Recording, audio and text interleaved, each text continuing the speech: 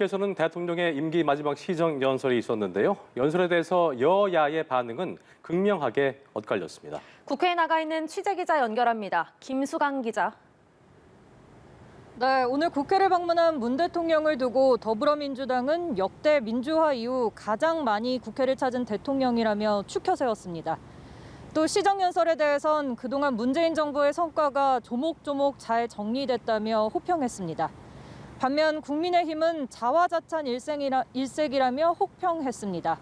전주의 원내대변인은 정책 실패에 대한 진정성 있는 사과나 반성은 찾아볼 수 없다고 꼬집었습니다.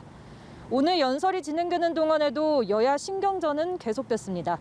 민주당은 문 대통령 연설 사이사이 박수 세례로 화답했고 연설이 끝나자 자리에서 일어나 대통령 퇴장 때까지 박수를 이어갔습니다. 반면 국민의힘 의원들은 연설 내내 자리에 대장동 특검 수용 피켓을 내건 채 침묵으로 일관했고 연설이 끝난 뒤엔 자리에서 일어나 피켓을 든 채 항의의 뜻을 분명히 했습니다. 문 대통령은 항의 피켓 사이를 지나 회의장 뒤쪽으로 간 뒤 당 지도부와 주먹 인사를 나누고 본회의장을 빠져나갔습니다. 앞서 국민의힘 의원들은 문 대통령 도착 전부터 회의장 앞에서 대장동 특검을 요구하는 현수막을 펼쳐놓고 이재명을 수사하라는 구호를 외치기도 했습니다. 대선 주자들 상황도 알아보겠습니다. 더불어민주당 이재명 대선 후보는 오늘 경기도지사직을 사퇴했죠. 네, 이재명 후보는 앞서 오전 11시 경기도청에서 퇴임 기자회견을 열고 도지사직을 내려놨습니다. 이 후보 발언 직접 들어보시겠습니다. 이제 저는 도민 여러분들께서 보여주신 민주주의와 공동체에 대한 애정, 그리고 집단 지성의 힘을 믿고 경기도지사직에서 물러나 20대 대통령 선거 더불어민주당 후보로 나서기로 합니다.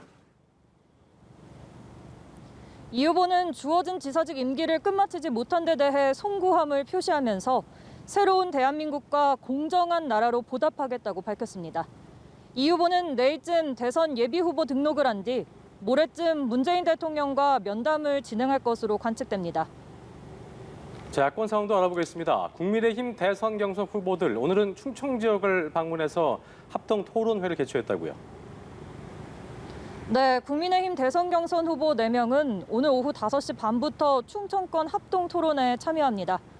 역대 대선에서 캐스팅 보트 역할을 해온 충청권에서 표심을 얻기 위한 각 후보들의 호소전이 펼쳐질 것으로 보입니다.